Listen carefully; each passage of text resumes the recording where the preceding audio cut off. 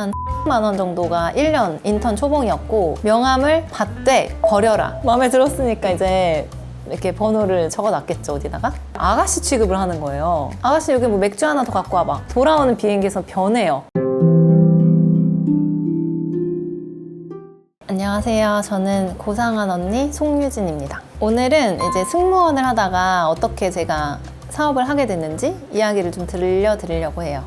사실 승무원이라는 직업은 중학교 때부터 항상 장래희망 적을 때 승무원을 적었었거든요. 그때는 사실 막연하긴 했어요. 여자들한테 뭐 항상 동경의 대상인 직업인 것 같아요. 그래서 되게 많은 친구들이 승무원이라는 직업을 하고 싶다고 꿈꿨었고, 대학교를 갈 때 화학을 전공을 했거든요. 교수님한테 아예 입학하고 한 6개월 뒤에 얘기했어요. 저 승무원 할 거니까 화학은 좀 신경 많이 안 쓰겠다. 그때는 무슨 자신감이었는지 모르겠지만 항상 이제 화학과 사람들한테도 나 승무원 할 거라서 화학은 안 해도 돼 막 이러면서 이제 1, 2학년 때는 그렇게 보냈던 기억이 있고, 3학년 때는 승무원을 하기 위해서 중국어, 그러니까 이전공을 했죠. 그래서 대한항공이랑 아시아나를 둘 다 지원을 했는데 이제 아시아나가 먼저 결과 발표가 나와서 아시아나항공에 입사를 하게 되었습니다. 승무원의 연봉은 제가 나중에 통장을 인증을 해드릴게요. 그러니까 초봉은 인턴이거든요. 1년 동안은 인턴인데 첫 달에 220만 원 정도 들어왔어요. 인턴 월급이 체류비라고 해서 퍼듐이라고 하거든요. 달러로 받는 게 한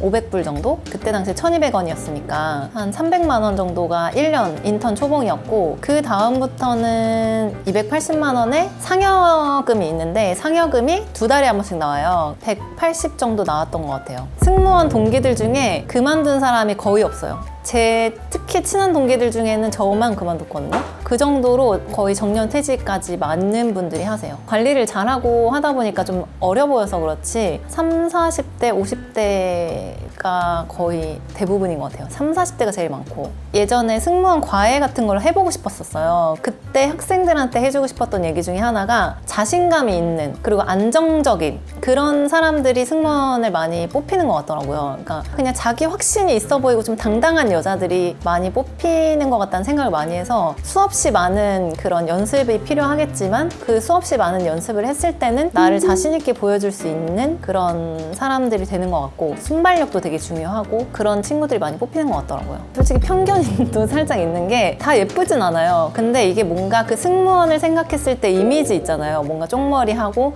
되게 바른 자세로 구두 신고 막 또각또각 걸어가는 그 느낌이 유니폼만 입으면 획일화가 되면서 더 좀 예뻐 보이는 것 같긴 하더라고요. 그리고 웃는 여자가 예쁘다고 하는 것처럼 다들 이제 웃고 있고 친절하고 하니까 더 예뻐 보이는 게 확실히 있는 것 같긴 하더라고요. 손님 명함을 받으면 어떻게 해라 라는 매뉴얼을 줘요. 회사에서 명함을 받되 버려라 라고 교관님들이 얘기를 해주거든요. 많지는 않지만 그래도 있기는 해요. 특히 이제 점시트라고 하는데 승무원들이 앉는 좌석 바로 앞에 앉는 비상구열 좌석에 앉는 고객님들이 있어요. 근데 그런 분들이 나이대가 좀 비슷하고 서로 마주보고 있기가 되게 민망하거든요.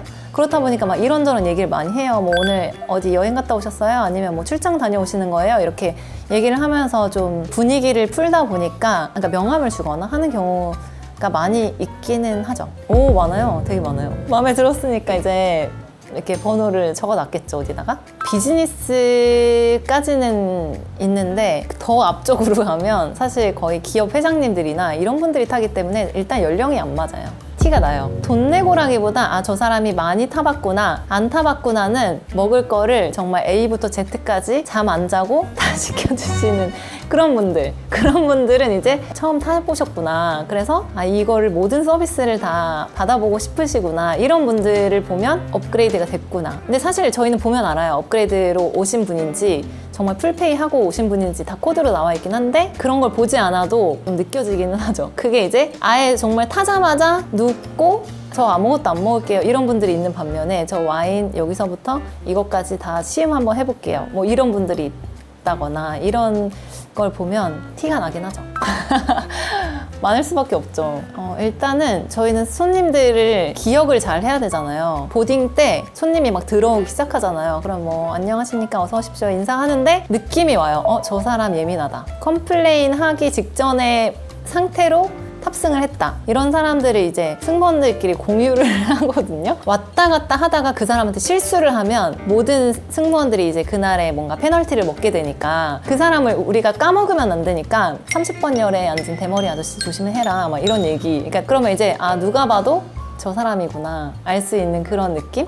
승무원들끼리 육두문자는 잘 안 써요. 서로 오늘 처음 본 사람들이기 때문에 승무원들이 되게 특이하게 저희 회사는 제가 10년을 일하면서도 그러니까 매일매일 비행을 하는 사람들이 랜덤으로 돌아가기 때문에 어제 비행한 사람 오늘 같이 비행하고 이러진 않거든요. 그러니까 서로도 약간은 어색한 상황이니까 진짜 욕을 한다거나 이런 경우는 별로 없긴 하죠. 일단 술을 먹잖아요. 여기가 술집인 줄 알아요. 되게 싫어했던 비행 중에 하나가 클라크필드라는 필리핀이거든요. 거기에 가면 한국인 아저씨들이 타요. 다 골프 여행 가는 이제 아저씨들이 타거든요. 근데 갈 때는 안 그러시는데 올 때는 다 약간 저희를 아가씨 취급을 하는 거예요. 아가씨 여기 뭐 맥주 하나 더 갖고 와봐. 돌아오는 비행기에서 변해요. 그럴 때 사실 되게 회의감이 든다고 해야 되나? 저는 회사에서 진급을 하기 위해서 서로를 막 까내리고 밟고 올라가야 진급을 하는 그런 구조였거든요. 쟤보다 내가 더 잘나야 내가 승진을 하는 그런 구조다 보니까 그게 너무 싫은 거예요. 그러니까 절대평가가 아닌 거죠. 상대평가여서 내가 쟤보다 잘해야 되고 쟤가 나보다 못해야 진급을 하는데 그래서 얼마 더 받는데? 했을 때는 뭐 80만 원 정도 더 받는 거예요. 그렇게 해서 임원까지 되는 경우도 거의 없긴 하지만 그렇게 내가 했을 때 그 결과가 뭐지라고 생각했을 때 저는 그게 원하는 길이 아니더라고요. 그래서 더 사업을 빨리 하고 싶다라는 생각을 했죠. 그러니까 방사선 수치를